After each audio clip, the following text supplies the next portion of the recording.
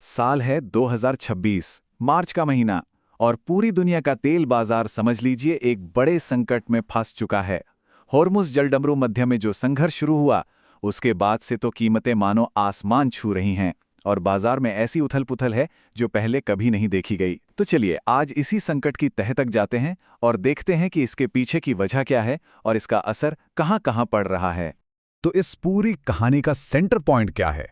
वो है होर्मुज जलडमरू मध्य। समझिए, ये दुनिया की एनर्जी सप्लाई के लिए एक लाइफलाइन की तरह है, एक बहुत ही अहम रास्ता। सोचिए, पूरी दुनिया में जितना भी पेट्रोलियम इस्तेमाल होता है, उसका 20% यानी हर 5 में से 1 बैरल इसी एक पतले से रास्ते से होकर जाता है। अब जरा सोचिए, अगर ये रास्ता बंद हो जाए तो क्या होगा?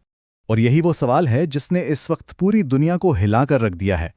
मध्य पूर्व में लड़ाई छिड़ने के बाद हुआ भी यही। ये जलमार्ग बंद हो गया और एक ऐसा संकट खड़ा हो गया जिसका असर हर जगह महसूस किया जा रहा है। तो अब देखते हैं कि इस एक रुकावट ने दुनिया की तेल सप्लाई चेन को कैसे एक झटके में तोड़ दिया। इसे ऐसे समझिए जैसे कि ग्लोबल इकोनॉमी की कोई मेन आर्टरी, कोई मुख्य धमनी ब्लॉक हो गई हो और पूरा सिस्टम एक शॉक में चला गया हो। और ये जो आंकड़े हैं, ये सच में हैरान करने वाले हैं। देखिए, संकट से पहले यहां से रोजाना 20 मिलियन बैरल तेल निकलता था और अब वहां से टैंकरों का आना जाना लगभग बंद हो चुका है। नॉर्मल फ्लो का 10% भी नहीं, मतलब लाखों करोड़ों बैरल तेल वहीं का वहीं फंसा हुआ है। देखिए, ये कोई मामूली रुकावट नहीं है।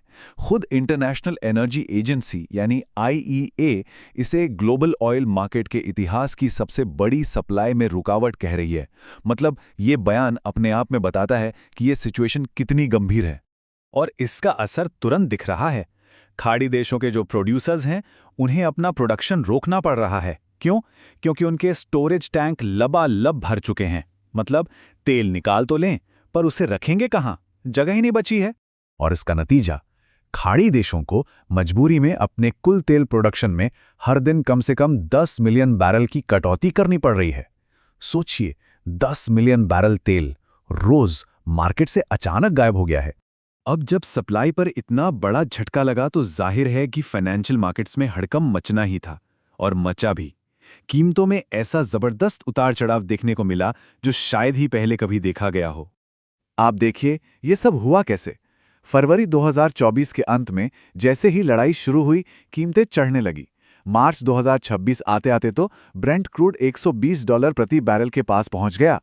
फिर थोड़ी राहत मिली और दाम $92 तक आए।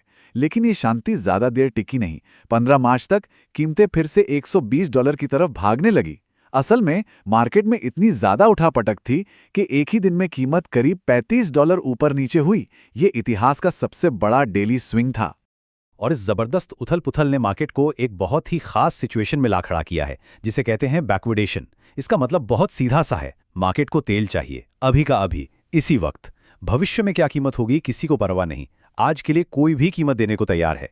ये जो प्राइस कर्व है, ये साफ साफ दिखा रहा है कि मार्केट तेल के लिए किस कदर बेताब है। ये जो सीधी ढलान है, इसका मतलब यही है कि तुरंत डिलीवरी की कीमत भविष्य की कीमतों से कहीं ज्यादा है। मार्केट आज तेल पाने के लिए बहुत बड़ा प्रीमियम देने को तैयार है। लेकिन कहानी सिर्फ क्रूड ऑयल पर खत्म नहीं होती। असल में मामला तो और भी ज्यादा गंभीर है जब हम उन प्रोडक्ट्स की बात करते हैं जो इस कच्चे तेल से बनते हैं। यानी समस्या बैरल से कहीं आगे निकल चुकी है। तो क्या कच्चे तेल की बढ़ी हुई कीमतें परेशान कर रही हैं?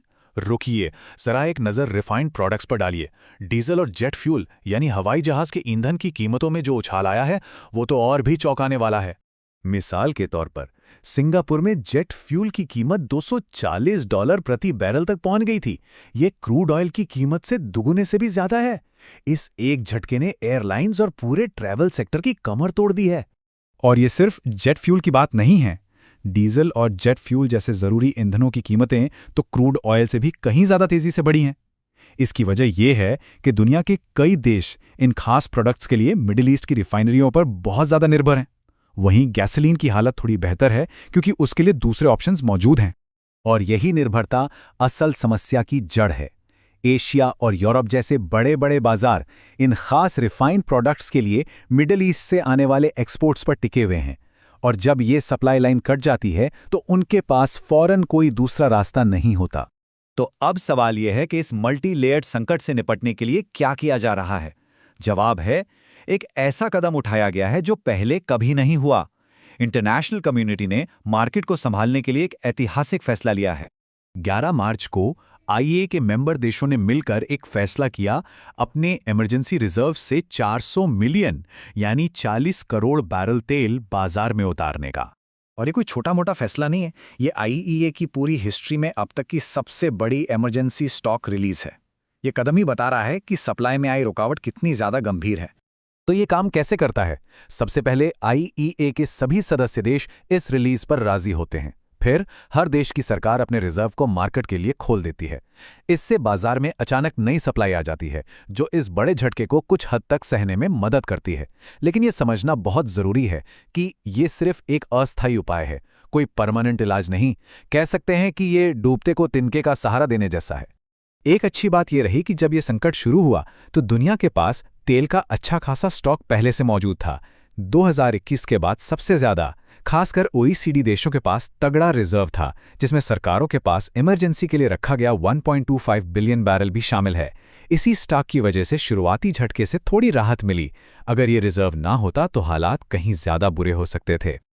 लेकिन इस ऐतिहासिक कदम के बावजूद खुद आईईए अपनी रिपोर्ट में साफ कह रही है कि ये जो इमरजेंसी स्टॉक रिलीज है, ये एक बहुत ज़रूरी बफर तो है, लेकिन है ये एक स्टॉप गैप उपाय ही। मतलब ये एक अस्थायी जुगाड़ है, ये असली समस्या को जड़ से खत्म नहीं करता। और यहीं पे आकर सबसे बड़ा सवाल खड़ा होता है।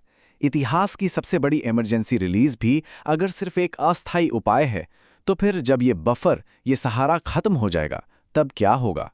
ये एक ऐसा सवाल है जो पूरी दुनिया की एनर्जी सिक्योरिटी के भविष्य पर और इस मुश्किल दौर से निपटने की हमारी तैयारियों पर एक बहुत बड़ा सवालिया निशान लगाता है।